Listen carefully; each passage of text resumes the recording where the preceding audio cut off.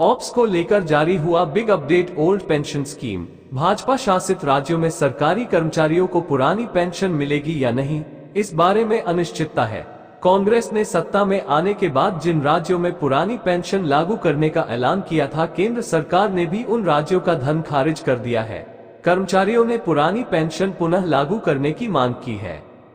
Ops को लेकर जारी हुआ big update. Old pension scheme, Bhajpa शासित राज्यों में सरकारी कर्मचारियों को पुरानी पेंशन मिलेगी या नहीं, इस बारे में अनिश्चितता है।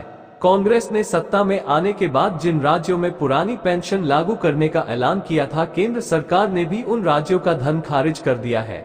कर्मचारियों ने पुरानी पेंशन पुनः लागू करने की मांग की है। मध्य प्रदेश में पुरानी पेंशन योजना को फिर से लागू करने की मांग उठ रही है। मध्य प्रदेश के कर्मचारी पिछले कई सालों से पुरानी पेंशन की बहाली की मांग कर रहे हैं।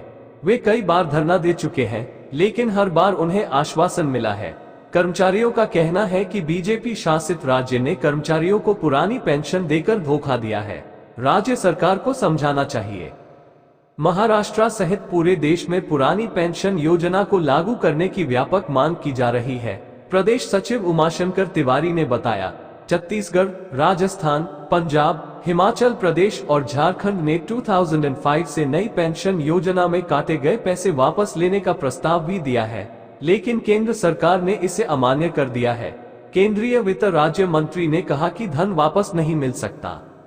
उमाशंकर तिवारी ने कहा कि इससे इन राज्यों को भारी परेशानी होगी और अन्य राज्यों को आने वाले समय में पुरानी पेंशन लागू करने से बचना होगा। 5 राज्यों में बीजेपी की सरकार बनने के बाद कर्मचारियों को पुरानी पेंशन पर संदेह है। अन्य राज्यों में भी कर्मचारियों को पुरानी पेंशन बहाल करने की तत्काल कोई संभावना नहीं दिखती।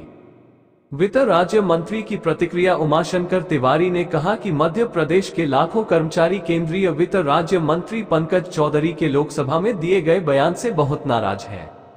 वृद्धावस्था पेंशन ऑप्स लागू करने का कोई मामला विचाराधीन नहीं है, बकौल वित्त राज्य मंत्री पंकज चौधरी। इस बयान के बाद कर्मचारी बहुत निराश है। तिवारी ने कहा कि कर्मचारियों को केंद्र से लेकर सभी राज्यों में पुरानी पेंशन बहाल की जानी चाहिए। वृद्धावस्था पेंशन कर्मचारियों को बुढ़ापे में बहुत सहायता प्रदान करती है। पुरानी पेंशन के तहत मिलने वाली राशि से उनके परिवार की बहुत सी जरूरतों को पूरा किया जाता है। इसके बंद होने से कई कर्मचारियों को परेशानी होगी। एनपीएस और पुरानी पेंशन योजना के बीच अंतर। पुरानी पेंशन योजना में कर्मचारियों के वेतन से कोई कटौती नहीं होती थी, जबकि नई पेंशन व्यवस्था में वेतन से 10% की कटौती की जाती है। सरकार 14% देती है। पुरानी पेंशन योजना में सेवानिवृत्त कर्मचारियों को सरकारी कोष से पेंशन मिलती थी। शेयर बाजार नई योजना का आधार है। नई योजना में जीपीएफ सुविधा नहीं है, लेकिन पहले की योजना में ये सुविधा थी।